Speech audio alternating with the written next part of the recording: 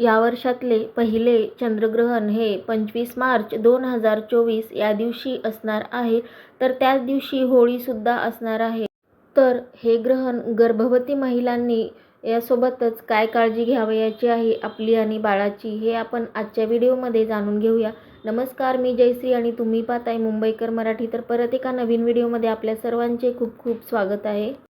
धार्मिक दृष्टिकोनातून कोणतेही ग्रहण, मग ते सूर्यग्रहण असो की चंद्रग्रहण, हे शुभ मानले जात नाही. तर त्यासोबतच ग्रहणाच्या वेळी अनेक प्रकारच्या नियमांचे पालन करणे आवश्यक असते.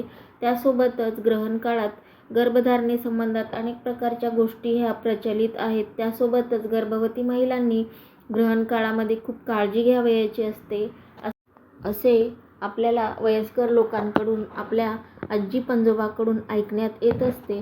तर त्यासोबतच ग्रहणाच्या वेळी नकारात्मक शक्तीचे वर्चस्व जास्त असते. त्याच्यामुळे अशुभ प्रभाव हा गर्भावर पडतो. म्हणूनच चंद्रग्रहण असो किंवा सूर्यग्रहण असतो, ग्रहणाच्या वेळी गर्भवती महिलांना लक्षात ठेवून शास्त्रामध्ये ज्या काही आपल्या नियमांचे पालन असते ते करावयाचे असते. कारण हे नुकसान आपल्याला आणि बाळाला होऊ शकते. म्हणून या ग्रहणाच्या वेळी आपल्याला जी काही काळजी घ्यायची असते ती दोघांची घ्यायची असते. तर चंद्रग्रहणाच्या वेळी चंद्राची किरणे अपवित्र होतात. त्यामुळे गरोदर महिलांनी चुकूनही चंद्रग्रहण पाहायचं नसतं. त्यासोबतच घराबाहेरही जायचं नसतं.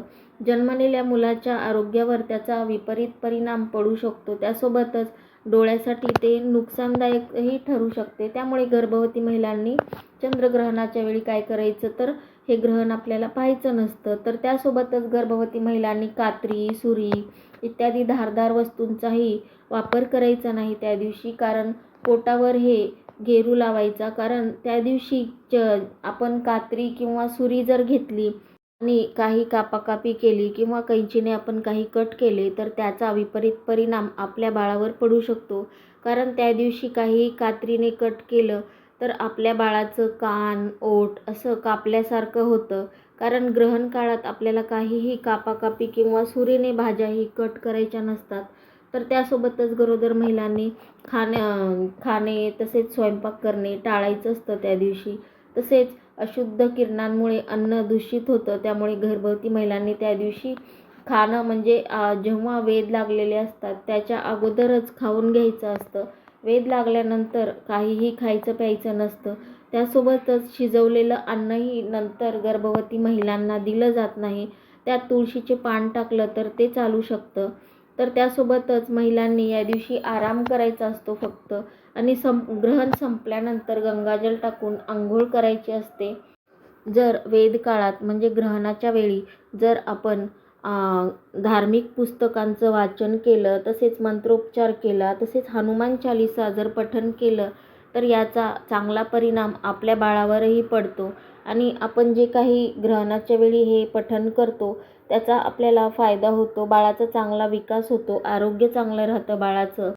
अशा या छोट्या छोट्या गोष्टी आपल्याला ग्रहणाच्या वेळी पालन करायच्या असतात. जर गर्भधारणा होऊन 2 महिने झालं असेल तर जास्त काळजी घ्यावयाची आहे. आणि जर 7-8 महिने झाले असतील तर थोडीशी काळजी कमी घेतली तरीही चालेल. कारण बाळ हे पूर्ण तयार झालेलं असतं. त्यावेळेस आपल्याला काहीही त्रास होऊ शकत नाही. कारण बाळाला आणि आपल्याला काहीच होऊ शकत नाही.